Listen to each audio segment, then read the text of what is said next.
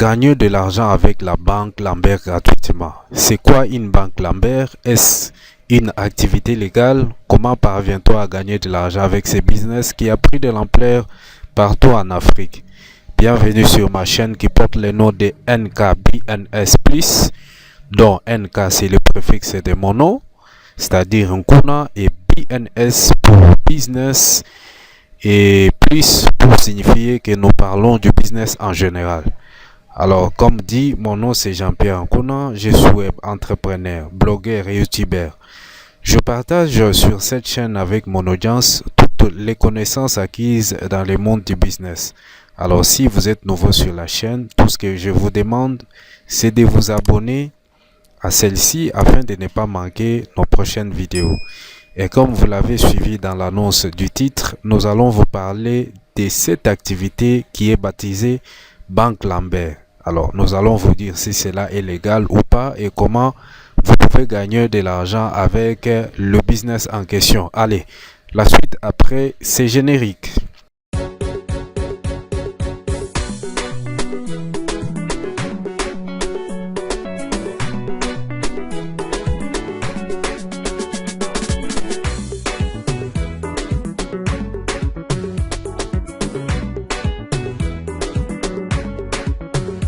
Bien voilà, pour ceux qui entendent ces mots pour la première fois, il faut retenir que la banque Lambert désigne un système d'emprunt au taux de remboursement élevé avec un délai de remboursement généralement court. C'est-à-dire qu'une personne X se trouvant dans une difficulté d'argent peut contracter une dette auprès d'une personne Y qui dispose de l'argent. La personne qui emprunte l'argent s'engage à les rembourser dans un délai fixé par les deux parties, mais qui, en général, le délai est dicté par la personne qui prête l'argent.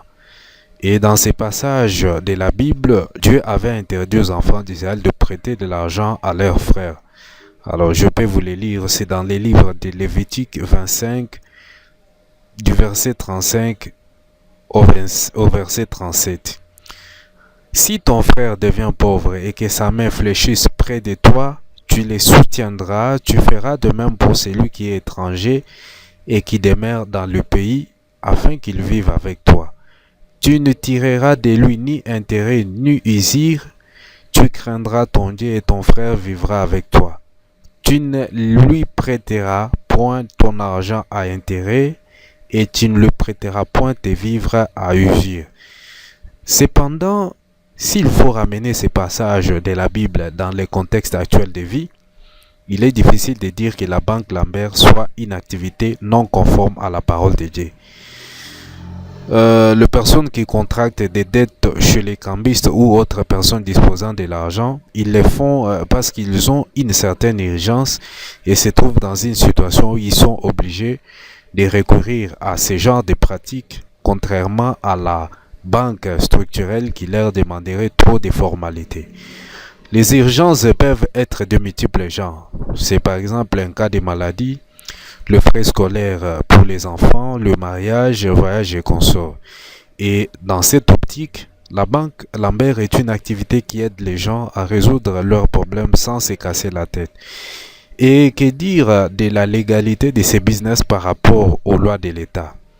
Interrogé par un journaliste de la radio Okapi, M. Pierre Ochudi, avocat au barreau de Matete, avait expliqué que ce système n'est cependant pas illégal, mais il avait soulevé quelques exceptions. Il disait que la loi autorise le prêt avec intérêt à n'importe qui, à condition que ces taux ne dépassent pas celui fixé par la loi, qui est de 20%, a expliqué l'avocat. Vous allez comprendre avec moi que la banque Lambert n'est pas une activité illégale par rapport à la loi. Je n'ai pas d'informations sur les genres de documents qu'il faudra détenir pour exercer cette activité de manière légale. Si vous connaissez le document qui y a à faire, priez de me dire dans les commentaires pour que je passe aussi l'information à mon audience. Comment alors gagner de l'argent avec la banque Lambert? Premièrement, vous devez avoir des fonds.